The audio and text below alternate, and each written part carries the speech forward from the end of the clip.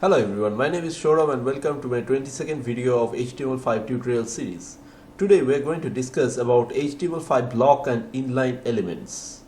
So let's begin. First we will discuss about block level elements. Every HTML element has a default display value depending on what type of element it is. Block level elements take up the entire width of its parent container. Okay, block level elements will stretch to the entire width of the container. It will not break into other lines till the width of the container is reached. So let's see an example. P is a block level element, okay, paragraph tag. So suppose we are writing one paragraph here and ending it here, and we are writing another paragraph from here. Okay,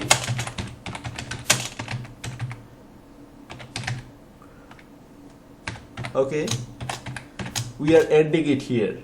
Now if we save it and check in our browser,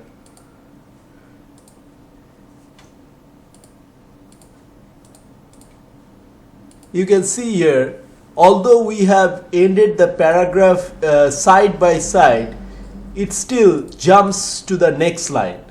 So this is how a block level element behaves. So P is a block level element. Other block level elements are other H1 tags, H2, H3, H4, H tags, okay, different, and the OL tags, UL tags, these are block level elements, okay.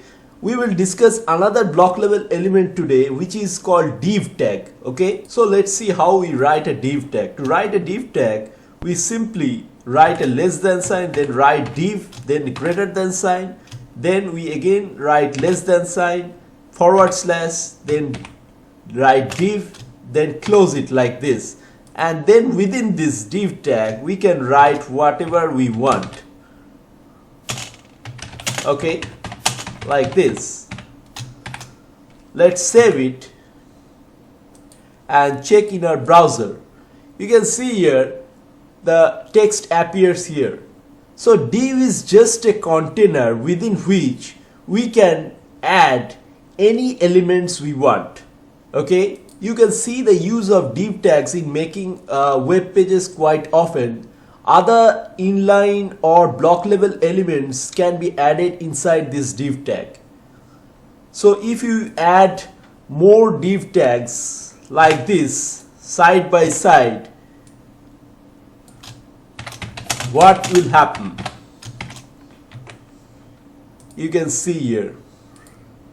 You can see here it always jumps to the next line.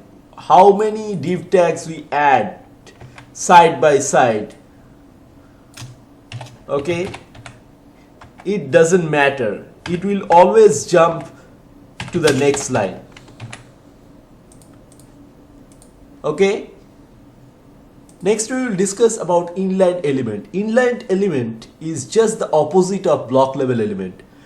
Whenever we write an inline element, it doesn't start on a new line. So for example, let's write anchor tag. Okay,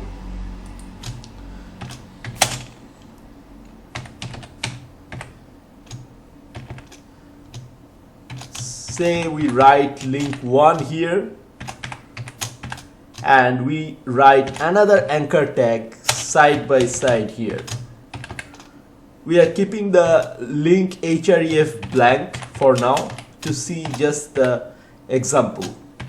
Okay, let's save it and check in our browser. You can see here both the links, link 1 and link 2, appear side by side. It is just the opposite of the block level elements. We have declared it side by side. The tag ends here, but still the other link appears here.